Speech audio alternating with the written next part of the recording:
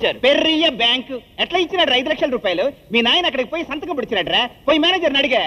ఏమ్రా నీ ఇంటి బాడుగ ఎంత? 500.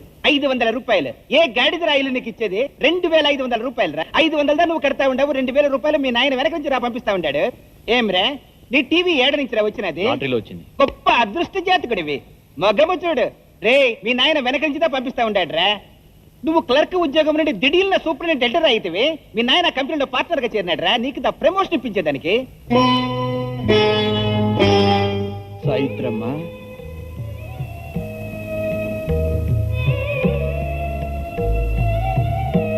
అక్కడ ఆ కోడలి మీద ఈ కోడలు, ఆ పిల్లకాయ మీద ఈ పిల్లకాయ, ఎలక్క మీద పిల్లి, పిల్లి మీద ఎలక మాదిరి కుట్టుకు చస్తా ఉంట్రి. ఇక్కడ చూస్తేవా ఎట్లుంట్రి? ఒకరికొకరు ప్రాణం ఇచ్చుకుంటా ఉంట్రి. ఈ మాదిరి దానేనమ్మా బిడ్డలు ఉండాలని తల్లిదండ్రులు కోరుకు